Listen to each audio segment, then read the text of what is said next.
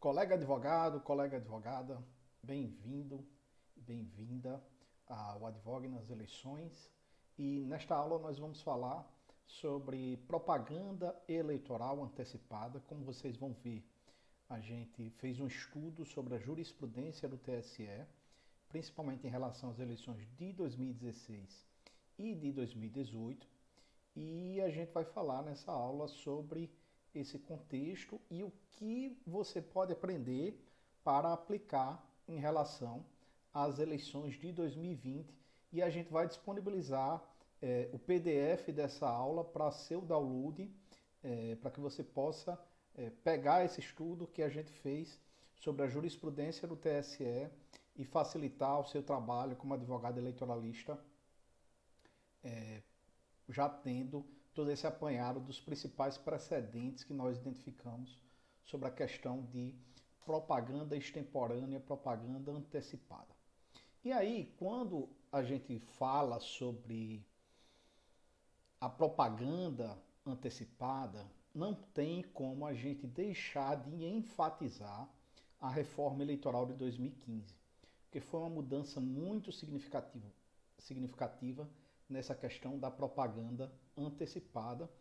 A gente explica todo esse contexto detalhadamente no nosso curso, no Você Eleitoralista, que a gente fala o antes e o depois, como era, como se tornou, como é hoje. Mas aí o fato e porquê, o que estava em volta, em torno dessa discussão política na época, quem presidia a Câmara dos Deputados e quem conduziu essa reforma eleitoral de 2015 foi Eduardo Cunha. Então, o que estava relacionado, o que se discutia, quais eram as pretensões, tudo isso a gente fala no nosso curso, mas aqui a gente vai fazer um breve resumo. O que tinha em discussão em 2015? A redução dos custos de campanha, esse era o objetivo, e com isso houve uma redução, a diminuição drástica do tempo de propaganda e de campanha eleitoral. Antes a gente tinha um período de cerca de 90 dias, a campanha eleitoral passou a ser por volta de 45 dias, mas aí tem uma questão.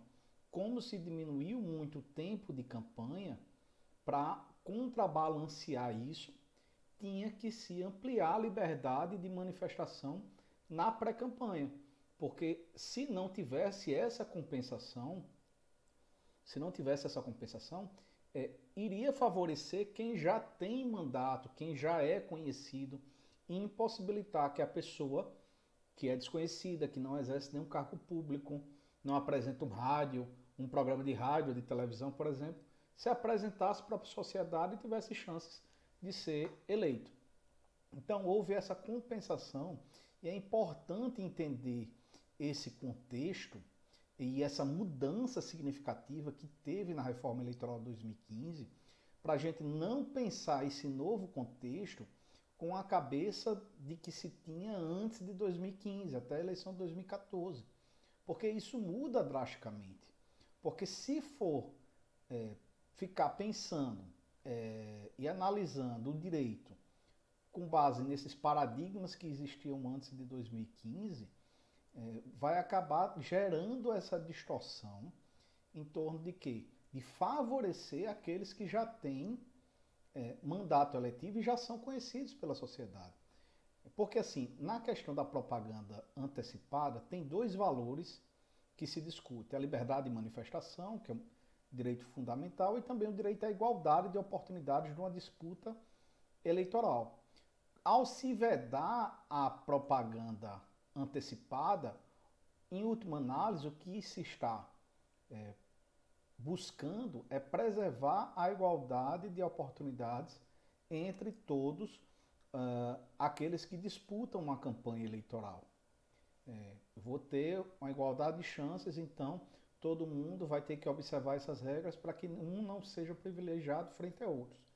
Mas não se pode deixar de ter em vista essa questão de que, como houve uma redução significativa do tempo de campanha, se as regras forem muito rígidas no sentido de tolher significativamente a liberdade de manifestação, isso também vai acabar criando uma desigualdade entre os concorrentes, porque vai favorecer quem já tem mandato, quem já tem visibilidade, em detrimento daquele que não tem.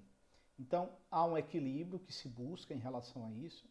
A gente vai ver que em algumas questões a jurisprudência do TSE modifica algumas coisas, evolui, retrocede, tem posições distintas em relação à eleição de 2016 e 2018, mas esse contexto é que é importante até para que você, quando for prestar assessoria jurídica, você não entre numa postura de extremos, porque uma postura de extremos pode prejudicar o seu cliente. Se for uma postura muito limitadora, para além do que a legislação diz que não pode ser feito, uma postura extremamente restritiva, você acaba prejudicando o projeto político do pré-candidato, porque vai tolher liberdades de manifestação que são consideradas lícitas pela legislação e pela jurisprudência, por receio, por medo dele não ser condenado, mas aí acaba trazendo um outro prejuízo, que é na medida em que eu não permito que o pré-candidato exerça uma liberdade lícita, ele vai deixar de se manifestar e isso vai trazer prejuízos políticos para ele. Ou também uma postura muito permissiva, que aí traz riscos jurídicos de uma condenação por multa e também, em última, dependendo da circunstância, pode acabar levando a situação que o seu cliente corra o risco de uma situação de inelegibilidade. Então, isso é uma situação que precisa ter uma postura equilibrada e segura. E para ter essa segurança, a gente precisa estudar a jurisprudência do TSE, entender como pensam os ministros essa matéria, essas questões, para que a gente possa ter segurança para orientar bem a classe política. E não tenha dúvida que entre 8 de 10 perguntas que surgem da classe política, principalmente no período de pré-campanha, diz respeito justamente a essa questão da propaganda eleitoral antecipada, e eles dizem o que pode e o que não pode. Eu quero saber o que pode e o que não pode. Em 8 entre as 10 circunstâncias são para saber em relação a essa questão da comunicação, o que ele pode fazer, como ele pode se expressar, sem correr riscos de condenação da Justiça Eleitoral. E é isso que a gente vai ver a partir do entendimento do TSE. E aqui você vai ver que eu peguei alguns precedentes, todos estão aqui com as referências, todos são do Tribunal Superior Eleitoral, e aqui você vai vendo, a gente vai destacando os principais pontos do que a gente pode destacar. Então aqui, ó, nesse precedente em relação às eleições de 2018, um agravo regimental no recurso especial, e aqui se caracterizou a propaganda eleitoral antecipada. Por quê? Porque se viu nesse fato aqui, nesse episódio, que foi um evento aberto ao público, elementos que traduzem um pedido explícito de voto. Então aqui houve declarações durante a realização dizendo e fazendo pedidos de votos. Confie no Felipe como nosso federal. Então, nesse caso aqui, considerou-se que era uma situação de propaganda eleitoral extemporânea, antecipada, porque se considerou que se confie no Felipe como nosso federal, como um pedido de voto. Então, se considerou que incorreu na conduta vedada do artigo 36A, que é justamente não pode pedir voto. Nessa outra situação, a carreata com discurso público sem pedido explícito de votos. E aí não foi caracterizada a propaganda antecipada. Então teve a carreata com discurso e a ausência de pedido de voto. Então se entendeu pela liberdade de expressão, mesmo sendo a carreata, percebam, mesmo sendo a carreata, não se identificou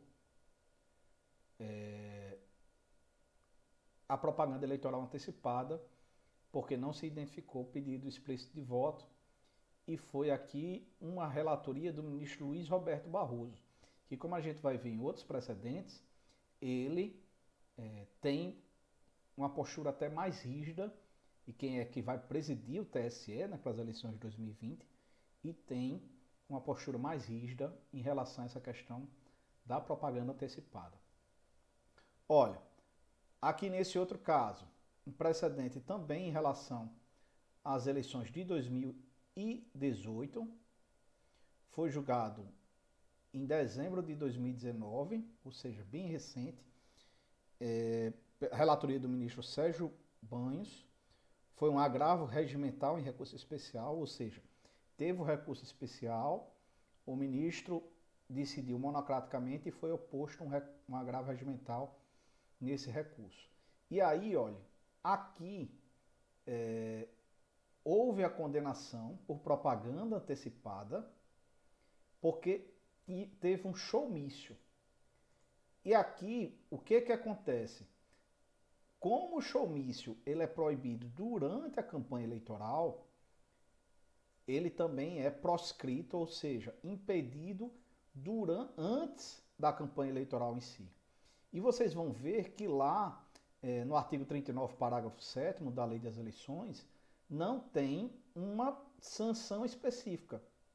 Mas mesmo assim, o TSE passou por cima da questão da tipicidade da conduta e caracterizou a propaganda eleitoral antecipada, mesmo sem a tipicidade da sanção do artigo 39, parágrafo 7º, porque entendeu-se que aqui se fez uso de um meio proscrito na pré-campanha eleitoral. Aqui nesse outro precedente, isso aqui também é um caso que a gente dedica uma aula específica no nosso curso Você Eleitoralista, porque é um precedente também muito importante da senadora Selma. Também recente, é de dezembro de 2019 também, dezembro de 2019, e aqui em relação à propaganda antecipada, eu queria só mostrar para vocês que mesmo quando não se reconheça a propaganda antecipada, pode se caracterizar o abuso. É isso que está aqui no tópico 6. A propaganda eleitoral antecipada massiva, mesmo que não implique violação explícita ao artigo 36A, pode caracterizar ação abusiva, sob o viés econômico, a ser corrigida por ação própria. Ou seja, não seria uma representação eleitoral, que a representação eleitoral é quem ataca a violação ao artigo 36A e o artigo 36 e a forma de propaganda, mas pode gerar, por exemplo, uma condenação com base no artigo 2214 da Lei Complementar 64/90, que é a Lei de Inelegibilidades, e levar à cassação de mandato, inelegibilidades, mesmo que não tenha pedido explícito de votos. Então, tem essa circunstância de diferenciar, mesmo a conduta em tese lícita, se ocorre de forma abusiva, ela pode redundar no ilícito eleitoral e gerar inelegibilidade. Mas esse precedente ele é muito, muito importante. Isso vai mudar muito a forma de entender pré-campanha a partir da eleição de 2018 e já vigente também o entendimento para as eleições de 2020. Vamos aqui para o próximo. Transmissão de evento intrapartidário pela internet com pedido de votos. Nesse caso, foi feito um evento intrapartidário e no discurso teve pedido de votos.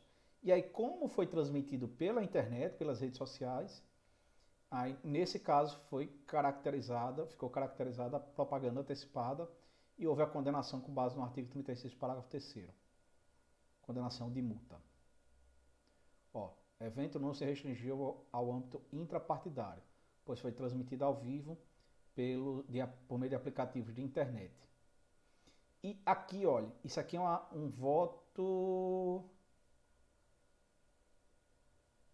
do Sérgio Banhos, um embargo de declaração em agravo no instrumento. O que é o agravo no instrumento? Certamente aqui o recurso especial não subiu para o TSE. Deixa eu ver aqui se é... O recurso especial não subiu para o TSE. É isso mesmo. Agravo regimental, agravo em recurso especial. Então teve um agravo interno para subir para o TSE, e aí o relator negou o agravo interno e depois o advogado interpôs embargo de declaração, quando na verdade deveria ter interposto agravo regimental. Mesmo assim, houve a questão do princípio da fungibilidade e o agravo regimental, que vai para plenário, se negou provimento também ao agravo regimental. E aqui tem uma decisão importante, esse agravo regimental no agravo de instrumento 2931, do ministro Luiz Roberto Barroso, porque ele fala nessas palavras mágicas, o que ele passou a defender? Que as palavras mágicas, como por exemplo apoiem, elejam, mesmo que não seja um pedido explícito de votos, se enquadram nesse conceito. Ele inclusive usa a expressão magic words, se enquadra nesse conceito e deve levar à sanção do artigo 36, parágrafo 3º. E nesse caso aqui, houve, espero que todos vocês transformem isso em voto, viu? Então foi caso claro de pedido de voto, e mesmo sendo um evento intrapartidário, como foi transmitido pela internet, houve a condenação em multa do artigo 36, parágrafo 3º. Mensagem em rede social que fala sobre a conclamação à união.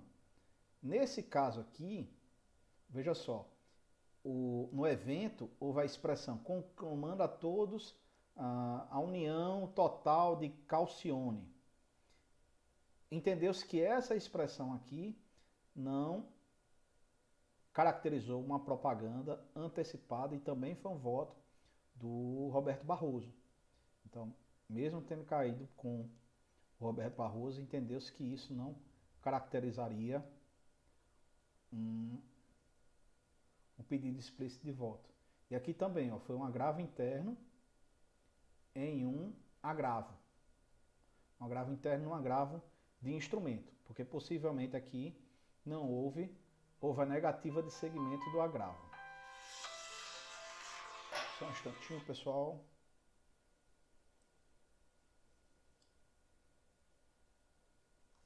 Pronto, vamos para a próxima. Nesse caso aqui, evento de lançamento de pré-candidatura cujos discursos manifestaram apoio ao pré-candidato. Aqui não houve pedido de voto, mas houve manifestação de apoio. Aí está aqui, participantes apregoaram apoio ao candidato por meio de manifestação. É necessário que ano que vem Davi Miranda esteja em Brasília. Ter um mandato com a perspectiva do Davi é fundamental. Cada um presente tem a responsabilidade de fazer Davi um deputado federal. Veja que isso aqui é muito parecido com outras expressões que foram consideradas pedido explícito de voto, mas nesse caso se fez a distinção para entender que não configuraria tais palavras pedido explícito de voto, e foi feita essa distinção. Nesse caso aqui é bem interessante. Carreata com eleitores vistos com camisa da cor do partido, bandeira com número e símbolo da agremiação. E mesmo assim não foi caracterizada uma propaganda eleitoral antecipada.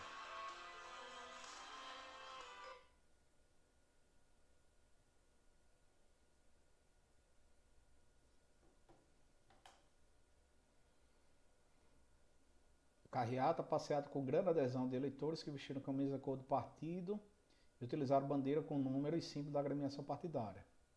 E não foi caracterizado. Aqui, condenação do partido por propaganda antecipada em evento de lançamento de pré-candidatura, que houve pedido explícito de voto. Aqui houve pedido explícito de voto e o partido político acabou condenado.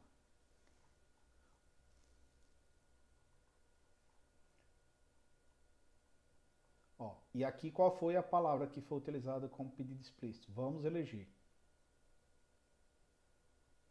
E também para o público em geral. E ainda teve showmício também nesse caso.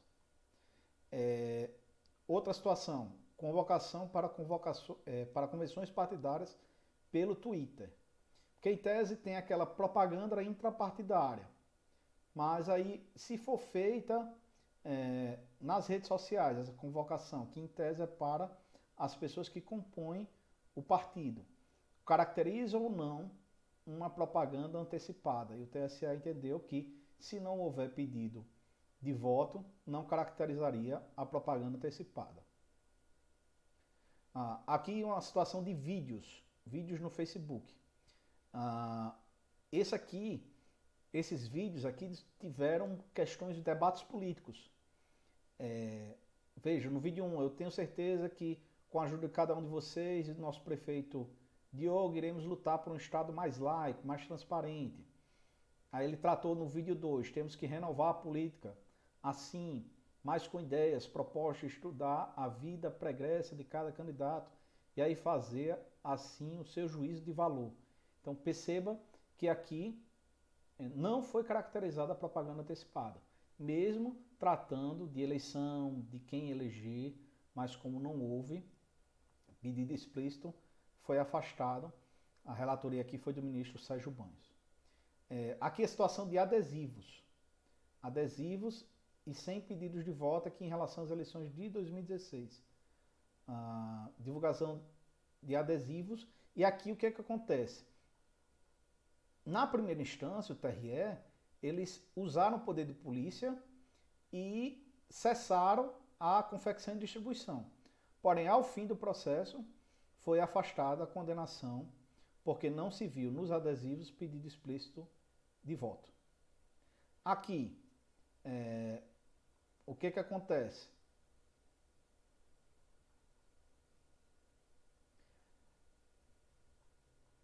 Não foi configurada também a propaganda eleitoral antecipada, porque se enalteceu obras, projetos feitos e etc., mas isso se considerou que estava dentro da liberdade de expressão. Essa outra situação também de gestores públicos fazendo distribuição de revista com publicidade institucional. Aqui também, por não ter pedido explícito de voto, não se considerou que era uma propaganda eleitoral antecipada.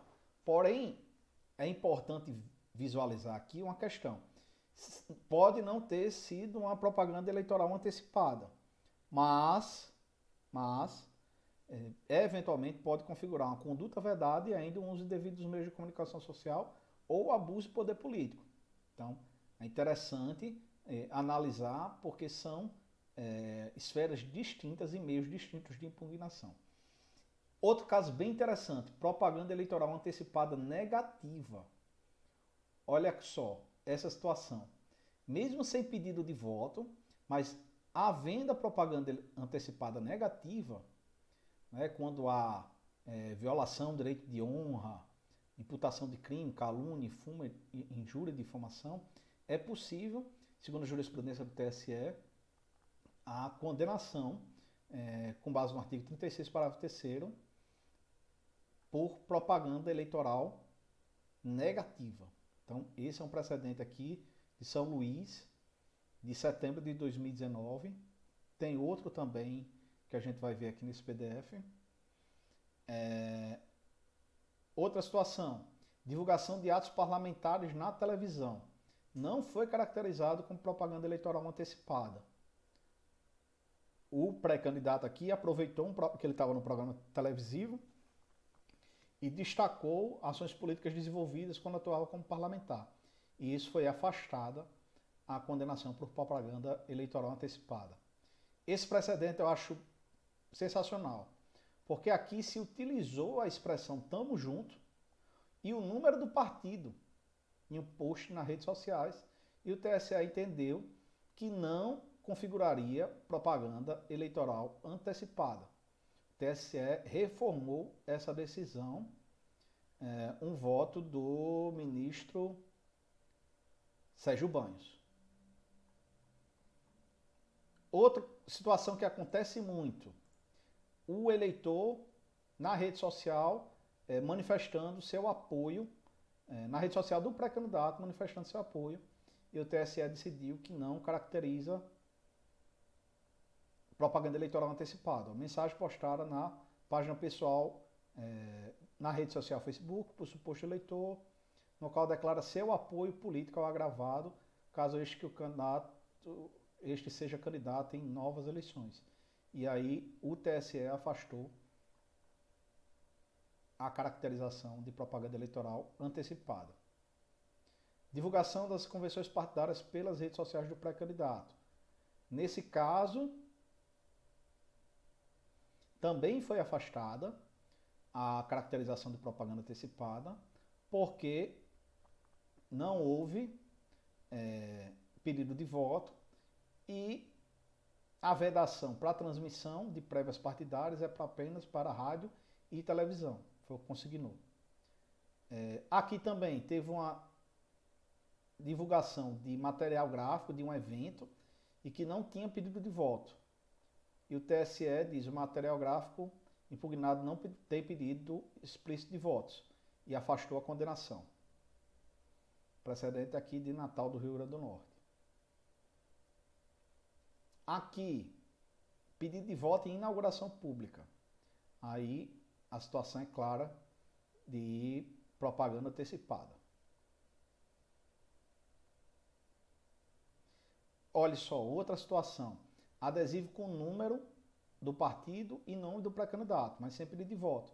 Não foi caracterizada a propaganda eleitoral antecipada. Sem pedir propaganda eleitoral com pedido explícito de voto no adesivo contendo a frase tal. Aqui foi a interpretação do Tribunal ACOL, de que isso caracterizaria pedido explícito de voto. Mas o TSE não reformou esse entendimento. Outra situação, propaganda eleitoral negativa também. Propaganda eleitoral negativa em desfavor de candidato ao cargo de governador do Maranhão, eleições de 2018. Também foi aplicada a multa de R$5.000 em função da propaganda eleitoral negativa. E assim, não tem pedido de voto, mas o TSE entende como passível de sanção e se acusou de lavagem de dinheiro e etc.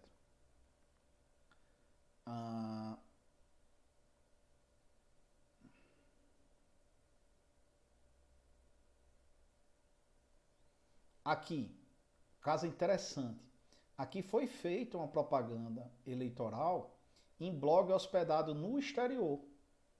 E aí é o meio proscrito, porque não pode, o blog tem que ser hospedado direto ou indiretamente por provedor localizado no país.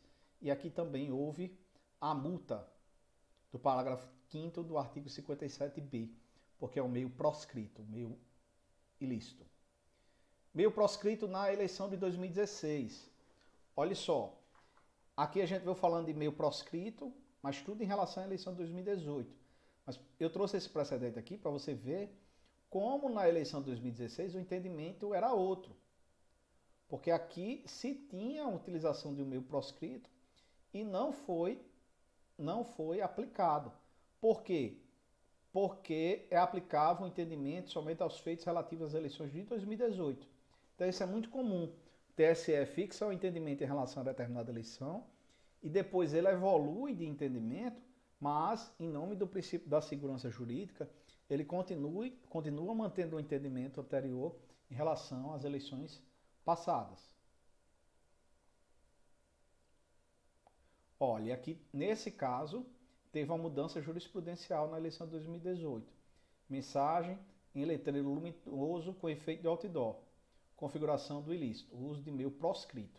A questão do meio proscrito. E aqui se passou a ter um novo entendimento, isso é um leading case importante de você ter para você compreender qual foi a evolução. Porque, por exemplo, em 2016, outro caso, mostrando que a posição anterior não foi aplicada.